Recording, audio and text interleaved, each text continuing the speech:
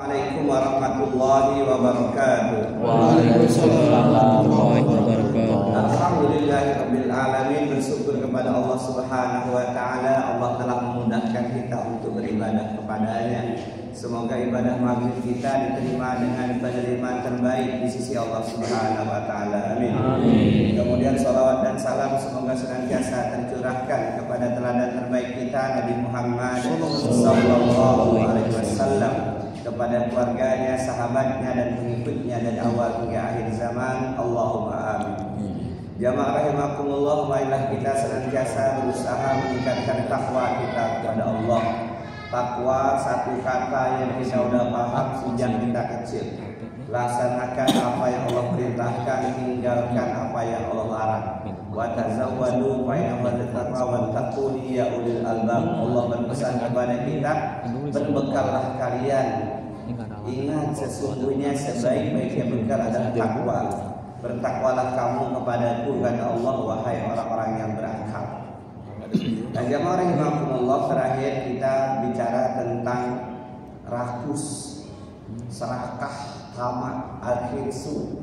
Sebelumnya tentang bakhil, sebelumnya tentang sombong, sebelumnya tentang dengki, sebelumnya tentang marah, sebelumnya tentang jangan zolim.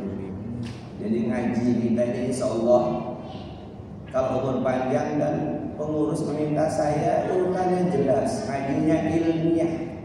Ini ayatnya, ini hadisnya, ini dalilnya. Jadi kalau diikuti terus, katakanlah misalnya 3 bulan, 12 kali pertemuan. Kalau niat ngajinya karena Allah, saya jamin insyaallah berubah akhlak kita. Berubah, insyaallah seperti itu. Asal ngajinya niat ikhlas karena Allah. Segala sesuatu yang bukan karena Allah, pertama tidak bermanfaat bagi dirinya, kedua dia tidak akan kekal, nggak continue. Kadang datang, kadang enggak, kadang datang, kadang enggak. Nah, jamaah rahimakumullah, malam hari ini kita akan bicara tentang dosa yang paling banyak dilakukan oleh anggota tubuh kita. Dosa yang paling banyak mengantarkan anak cucu Adam ke neraka. Kata Nabi, aksaru khotoya bani Adam fi lisani. Kebanyakan dosa anak cucu Adam itu ada pada lisannya, mulut kita ini.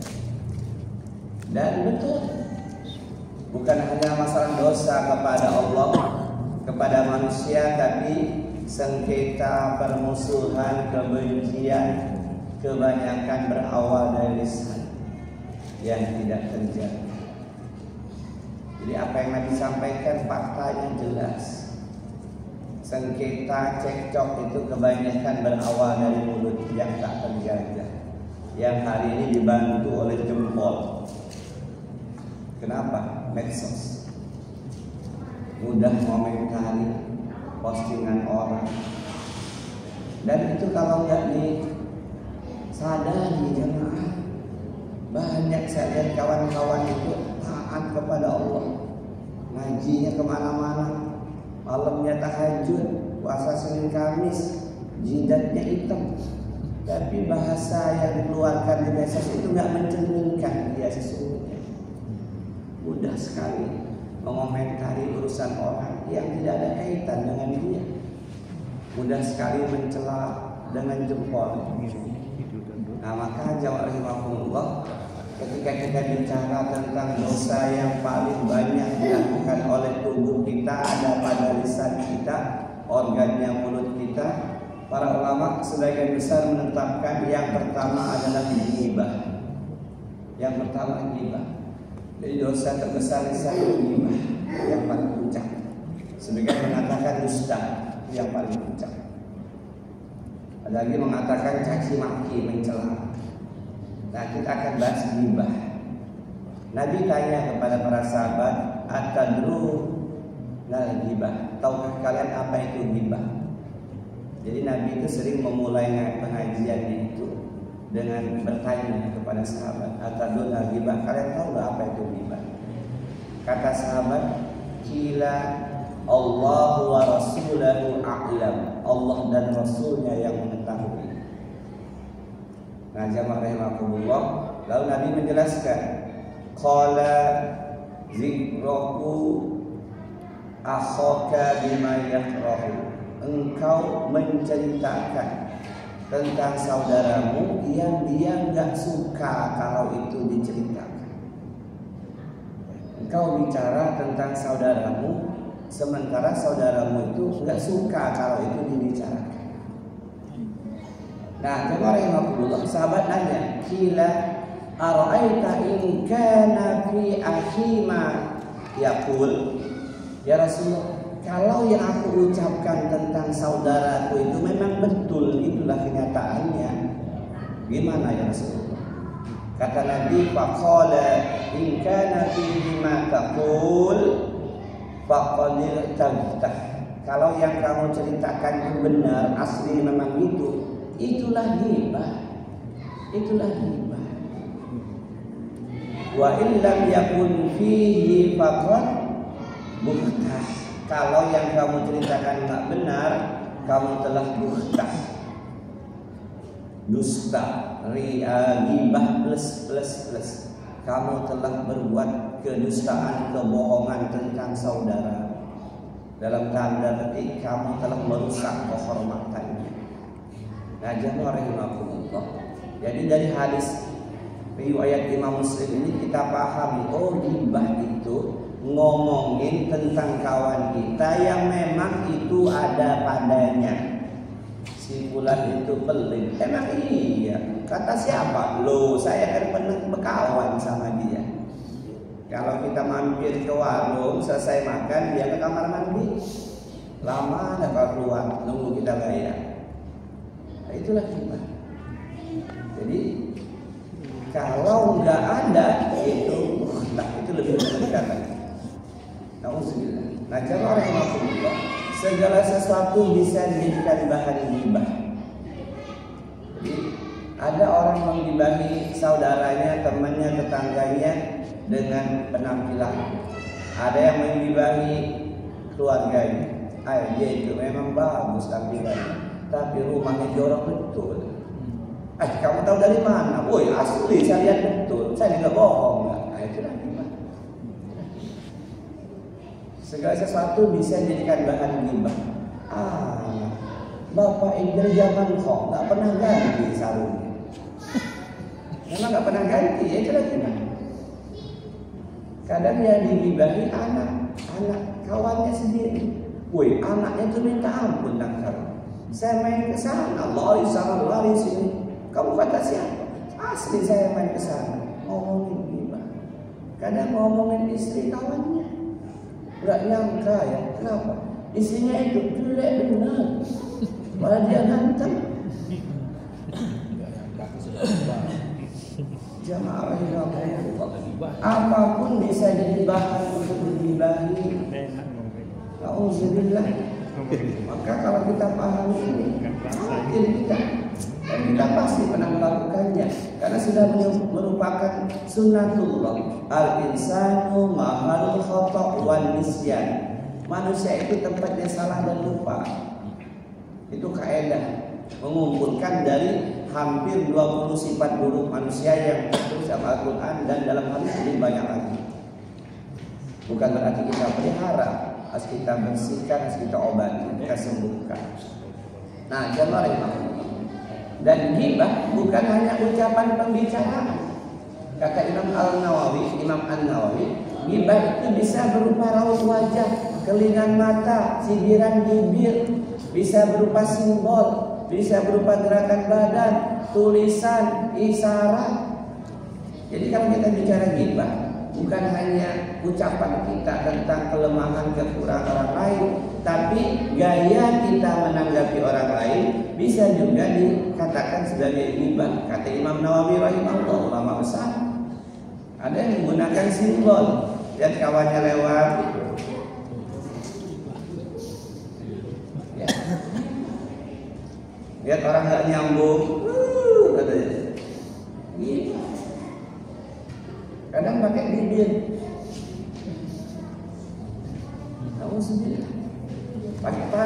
pakai kepala.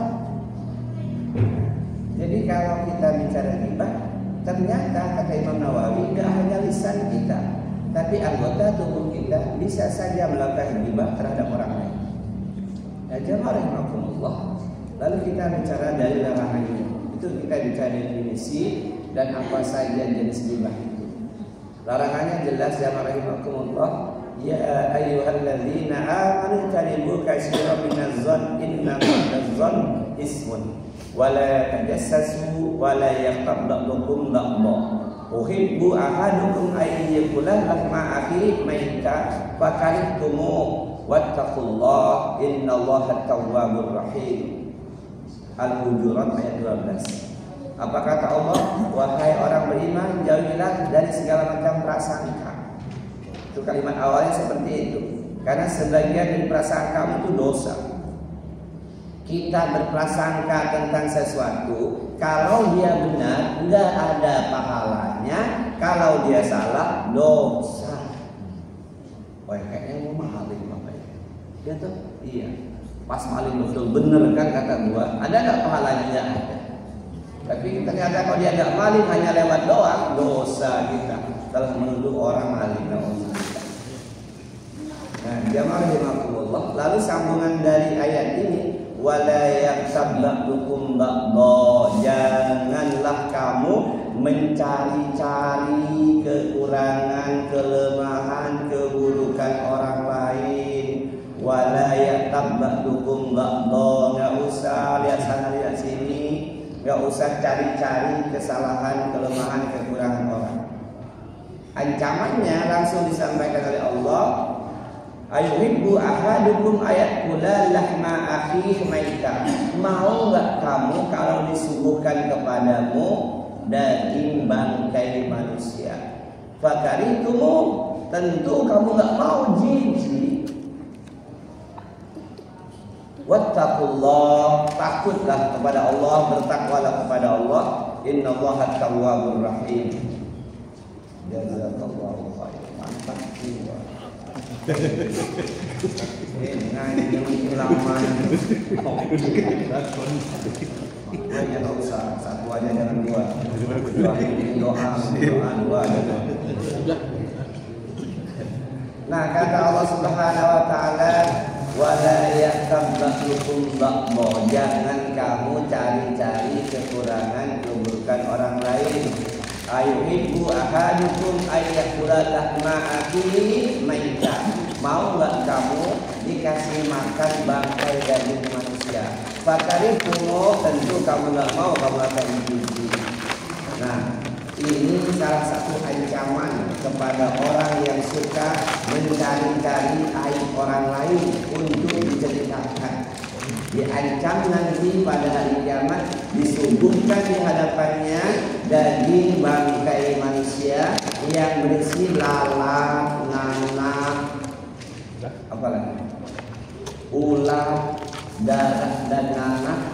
Dibuka mulutnya pakai tangsa malaikat, dijejelin. Ini loh kesukaanmu dulu. Nah, jangan rahimakumullah, itu larangannya. Dan karena larangannya jelas di Quran di hadis, maka ghibah ini termasuk akbarul kabair, termasuk kelompok dosa-dosa besar, bukan dosa ringan. Suatu hari Aisyah pernah menyampaikan ngomongin tentang Sofia, istri Nabi, Sofia juga. Kata Aisyah, hasbuka min Sofia kada wa kada. Qala ghairu musaddadin tarni qasira. Wa qala laqad qulti kalimatan law muzibat bima'il bahri lamazadha. Wahai Rasulullah, cukuplah menjadi bukti bagimu kalau Sofiyah itu orangnya begini-begini. Aisyah radhiyallahu anha hanya mengatakan, Rasulullah, Sofiyah itu orangnya, kata pensarah hadis ini, perawinya itu, Sofiyah itu orangnya pendek. Apa kata Nabi sallallahu alaihi wasallam? Faqala laqad qulti kalimat law muzijat bima'il bahr lamazajat.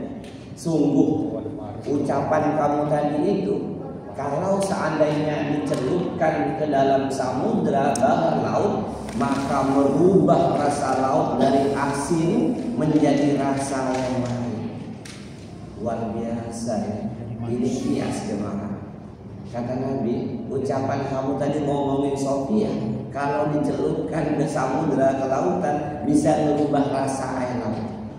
Saking dahsyat. Jamaah Allah. Jadi tidak apa-apa Pak Ketua, anak-anak itu apa? Di tempat lain lebih mengerikan lagi, lari-lari apa? Mereka juga dengar. Di tempat lain lebih serem lagi, tidak apa-apa. Mereka dengar, mereka itu sambil jalan sambil ngobrol dengar sebenarnya. Karena anak-anak itu masih bersih, fitrahnya masih suci. Jadi walaupun dia ngobrol main, sebenarnya dia dengar juga apa yang saya sampaikan itu dengar. Saya sudah praktekkan di tempat-tempat lain. Ketika saya tanya, tadi masalah apa yang aku bahas? Ini tuh, Anda dengar juga nih. Oke, ya barakallahu. Itu larangannya. Kemudian keburukannya, keburukan ghibah. Ya, supaya kita tahu lalu kita hindari. Bukan untuk memvonis orang. Berkali-kali saya katakan ngaji ini tidak binafsi, perbaikan diri. Yang pertama jemaah, kalau kita melakukan ghibah, menceritakan aib orang lain, maka kontan dibalas di dunia.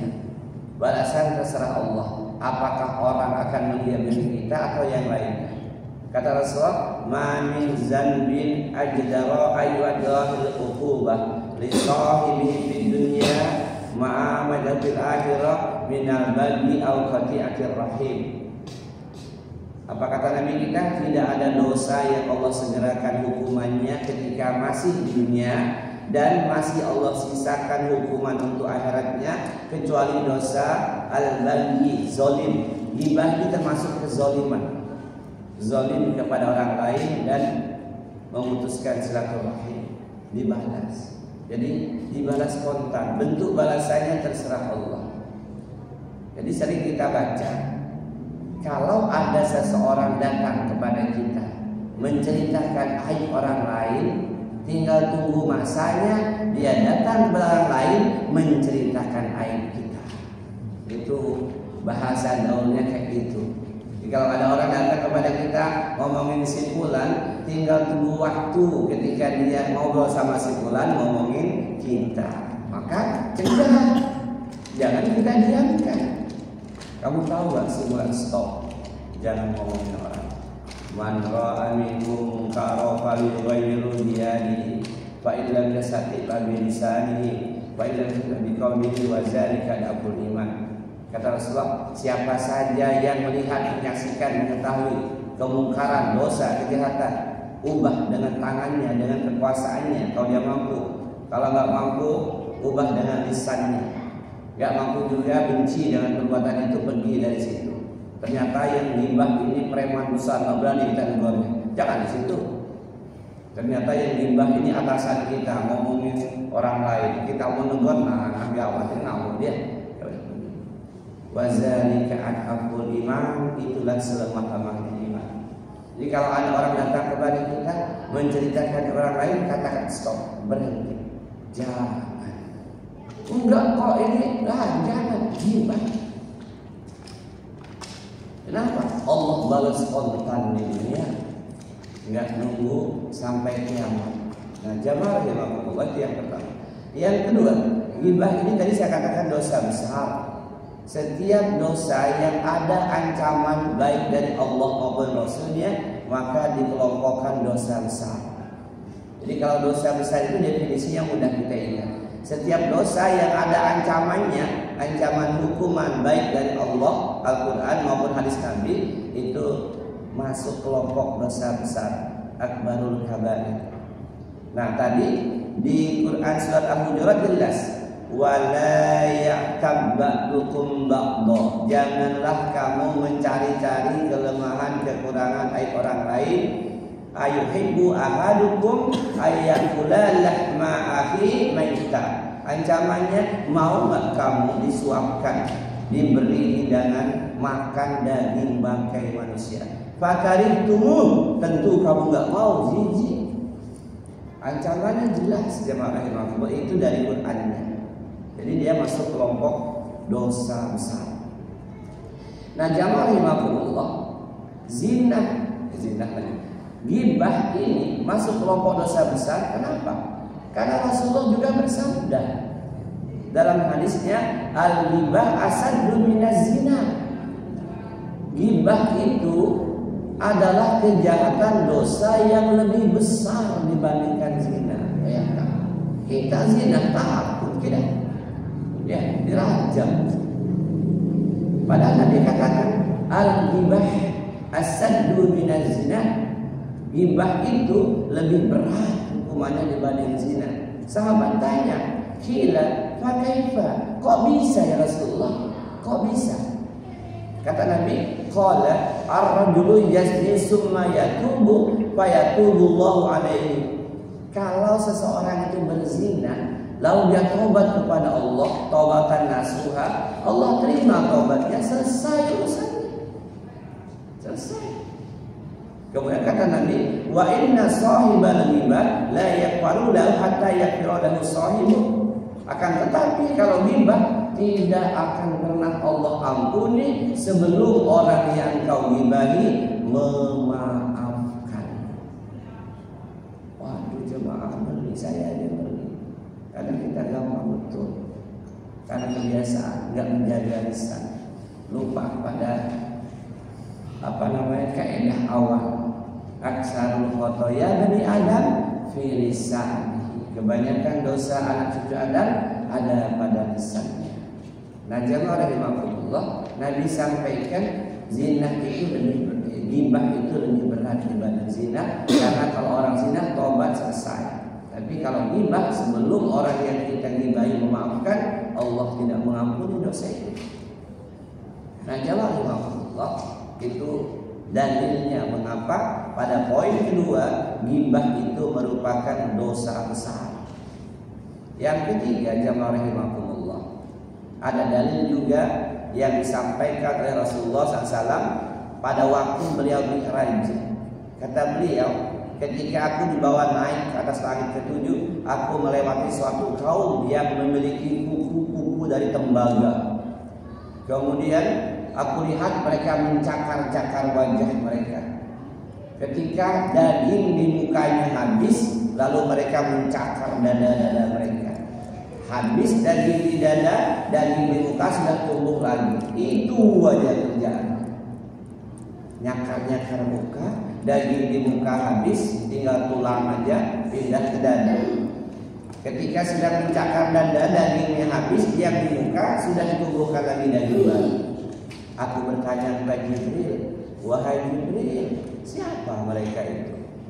Jibril menjawab, mereka adalah kaum yang memakan daging orang lain tadi, yang Abu Durat tadi, memakan daging bangkai manusia. Mereka itu ghibah dan mereka itu orang yang menginjak kehormatan orang lain.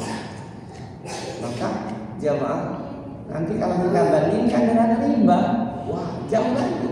Itu dengan zina tadi. Ada lagi kaitan nanti antara merusak kehormatan orang dengan menjelek-jelekannya, itu lebih parah lagi dibandingkan dengan dosa riba yang paling riba.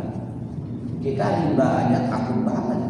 Orang sering posting awas riba, tapi dia dengan mudahnya merusak kehormatan orang lain. Maka betul kata Imam As-Sawqani rahimahullah. Kata Imam As-Sawqani, aku heran dengan manusia. Dia takut berzina, dosa besar dia, kita takut. Dia takut mabuk, khamr dia, tapi dia nggak takut berbuat zalim kepada manusia. Di antaranya ini ghibah, membicarakan, mengomentari kelemahan orang lain. Nanti ada yang boleh ghibah, itu ada nanti terakhir. Apa sih yang boleh dighibah? Nah, jamaah rahimakumullah, jadi dari 3 ancaman ini saja kita udah ngeri. Dari 3 ini udah ngeri, alangkah mengerikan. Berarti ghibah ini betul-betul dosa besar.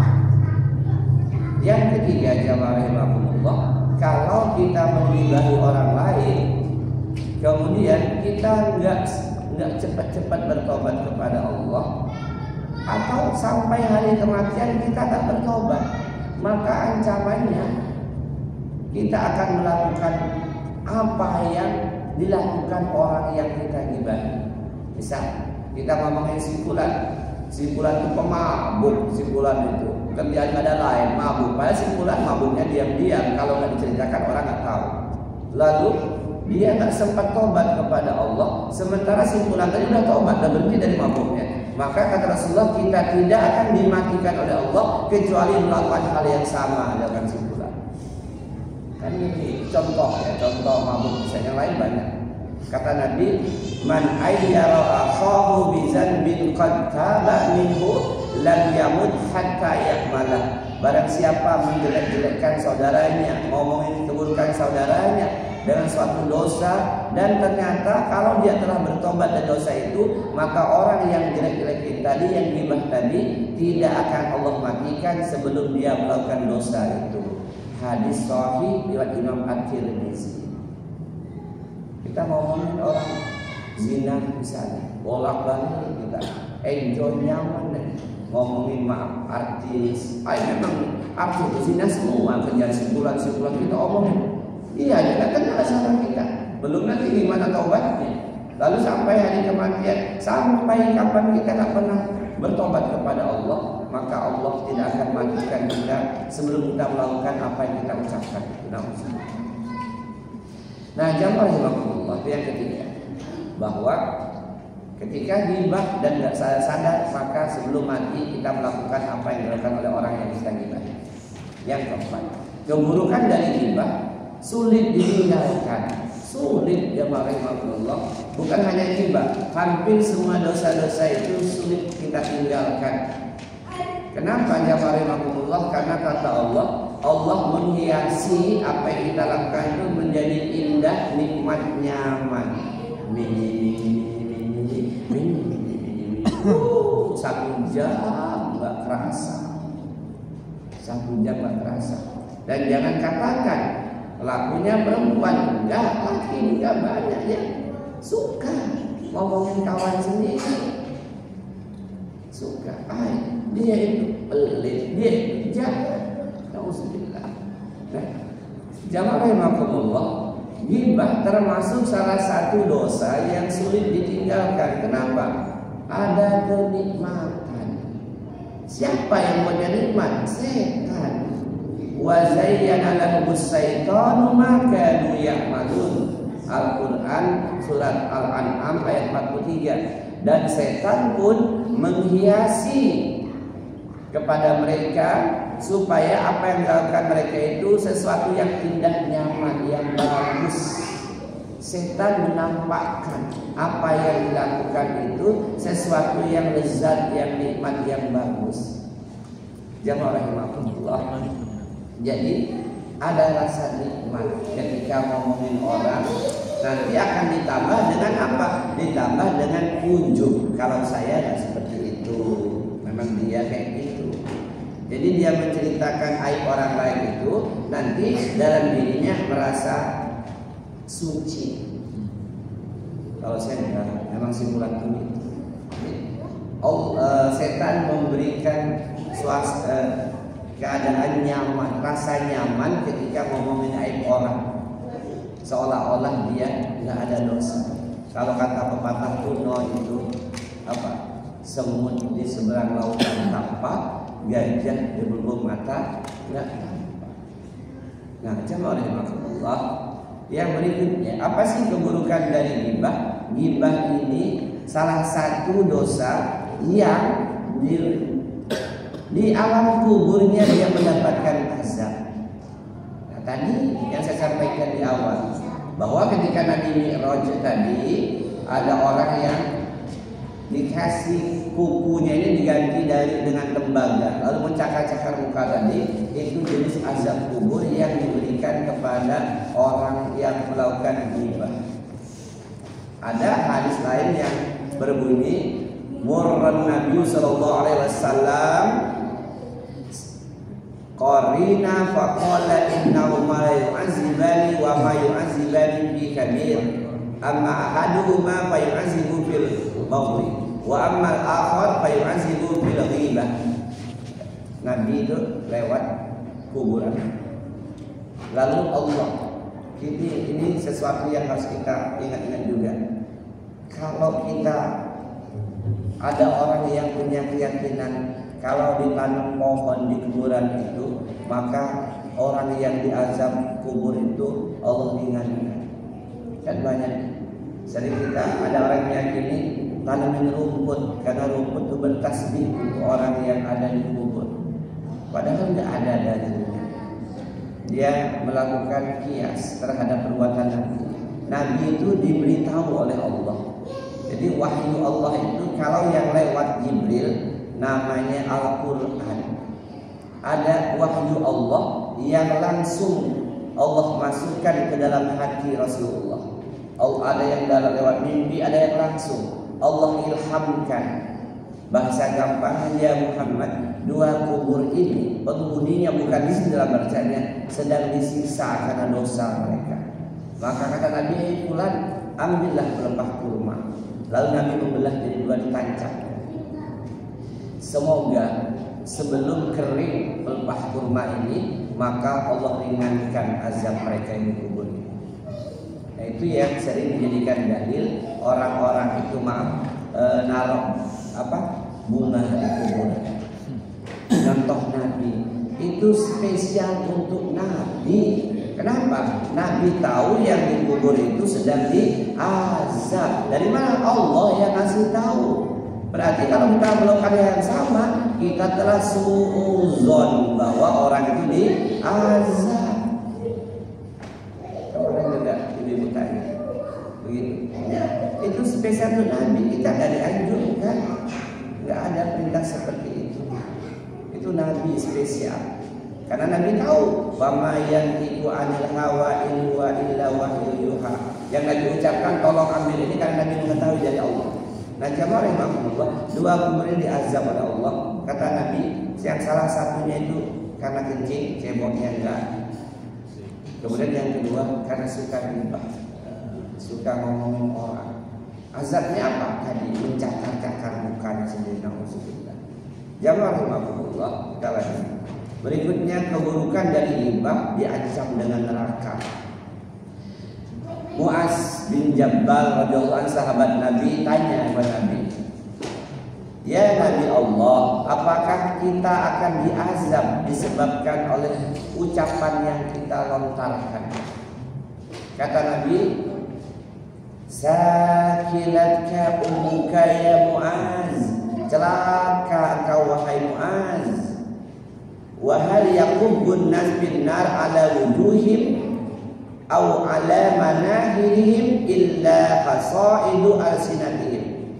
Tidaklah manusia itu disungkurkan ke dalam neraka, mukanya dan hidungnya disungkurkan ke dalam neraka, melainkan disebabkan oleh lisan mereka.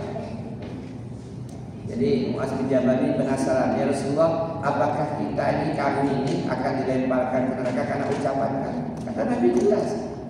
Wahai celaka kau Mas kalau punya keyakinan seperti itu bahwa tak bakal diazab." Karena kata Nabi, tidaklah manusia disungkurkan ke dalam neraka di atas muka dan wajah mereka, hidung mereka, melainkan disebabkan karena lisan mereka yang akan jaga. Maka kita sering mendengar hadis, "Man kana yu'minu billahi wal yawmil akhir falyaqul khairan aw liyasmut." Siapa saja beriman kepada Allah dan hari kiamat, maka hendaklah dia bicara yang baik, kalau tak mampu diam. Yang hari ini kalau kita diam sering di Allah kawan, sok jaim deh, jadi ini tidak ngomong.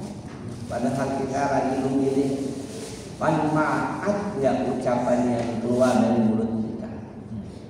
Kita kalau diam misalnya dalam komunitas tertentu, kita sering diajak kawan, ini agak awal dan tidak pernah ngomong. Padahal yang nak ngomong itu bingung pilih kalimat mana yang tidak sampai menyakiti orang lain atau yang tak manfaat, tak ada guna, yang lebih baik dia lebih menyelamatkan. Jamaah rahimahullah. Baik, itu diantara ancamannya keburukan dari dosa ghibah. Nah, jamaah rahimahullah. Terakhir seperti biasa solusinya. Gimana sih supaya kita bisa tobat? berhenti dari dosa riba. Kalau kita pernah melakukan, dan pasti saya antum semua pernah melakukan, yang pertama bertaubat kepada Allah. Astaghfirullah wa atubu ilaih. 1, 2, 3. Sudah ngopi masih juga gak ada suara. Astaghfirullah wa atubu ilaih. 1, 2, 3. Astagfirullah wa atubu ilaih.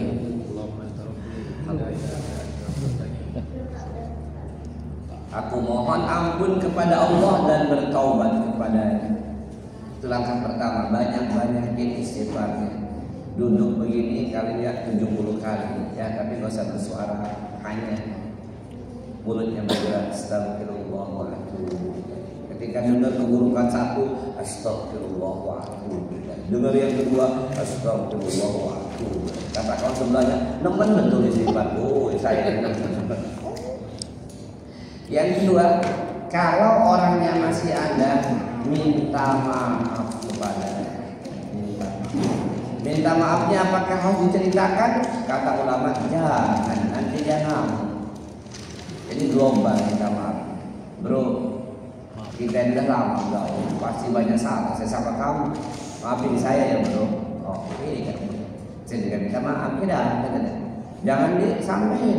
Maaf ya bro, yang ngatain kamu pun itu saya. Ya. Maka para ulama, dosa itu nggak usah dicakap minta maaf. Mamin muslimaini yaltaqiyani fayatasafahani illa ghufira lahu qabla an yaqtariqa, kata Nabi. Tidaklah dua orang Islam berjumpa lalu mereka berjabat tangan fayatasafahani, mata bertatapan, kecuali Allah ampuni dosa yang terjadi di antara keduanya sebelum mereka berpisah. Tapi jabat tangannya memang tulus ya. Jangan jabat tangan kemana muka kemana, jangan ya. Maaf ya bro, oke kata saya. Yang ketiga, memintakan ampun kalau orangnya nggak dapat kita temui lagi, entah kemana, yang kita sudah pindah ke seberang atau sudah meninggal, maka memintakan ampun kepada Allah atas dosa-dosa dia kepada Allah dan atas dosa kita terhadap dia. Nabi ditanya, inna min kafaratil ghibah. Kata ketika dia Rasulullah, gimana caranya kami untuk menebus ghibah yang pernah kami lakukan? Kata Nabi, inna min kafaratil ghibah an tastaghfira liman tabata fayaqul Allahumma ighfir lahu Allahumma ighfir lana wa lahu. Kata Nabi, sesungguhnya sebagai kafarat penebus dari ghibahnya adalah kamu mendoakan ampunan atas orang yang kamu ghibahi dengan ucapan Allahumma ighfir lana wa lahu. Ya Allah, ampuni kami, ampuni aku dan ampuni dia. Hadis sahih riwayat Imam Al-Baihaqi. Jadi kalau satu orang Allahumma ighfir lana wa lahu. Coba 1, 2, 3. Allahumma ighfir lana wa lahu. Kayak satu orang, Tapi yang kita ghibahi, waduh, maka kata ulama, Allahumma ighfir lana wa lahum. 1, 2, 3. Allahumma ighfir lana wa lahum. Apa kan? Cepat hafal. Apalagi sudah makan steak. Terang. Bonus nih. Udah azan ya Allah, udah azan ya. Oke lah itu. Kemudian yang keempat, bagaimana cara taubatnya? Ceritakan kebaikan-kebaikan orang yang pernah kita ghibahi. Di mana? Di tempat dulu kita menceritakan keburukan dia. Kita main kerja sehari menceritakan keburukan sebulan. Kita udah sadar, udah ngaji, udah taubat, main ke situ ceritakan kebalikannya. Woi, kau dia tuh baik betul, dermawan. Ada dulu kamu bilang dulu. Udah tahu saya. Dia tuh baik. Kemudian penutupnya jamaah rahimakumullah, ghibah yang diperbolehkan secara umum ulama menetapkan 6 hal saja. 1, ketika bersaksi di pengadilan. Siapa yang maling harta kamu?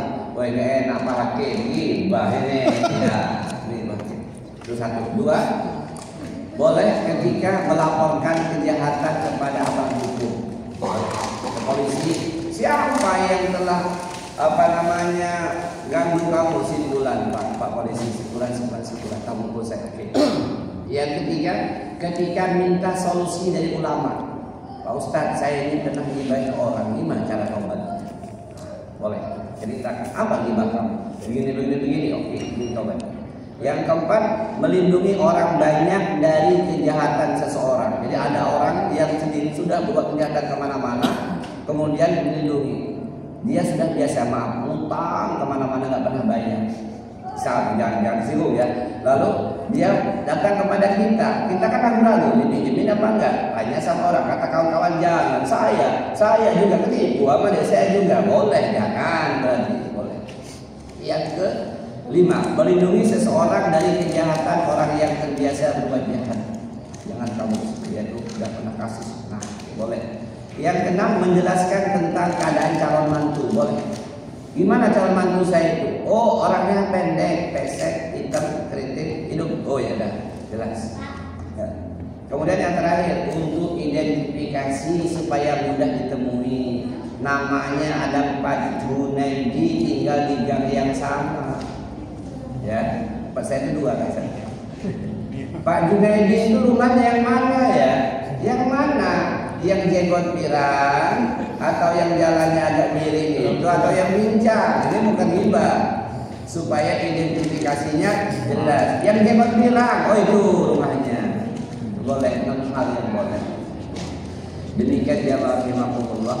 Mudah-mudahan ilmu yang kita pelajari mampu memperbaiki diri kita. Ya, ceritakan kepada istri kita, Mak, ini ghibah. Anak-anak kita tutup kajian kita dengan kafaratul majlis.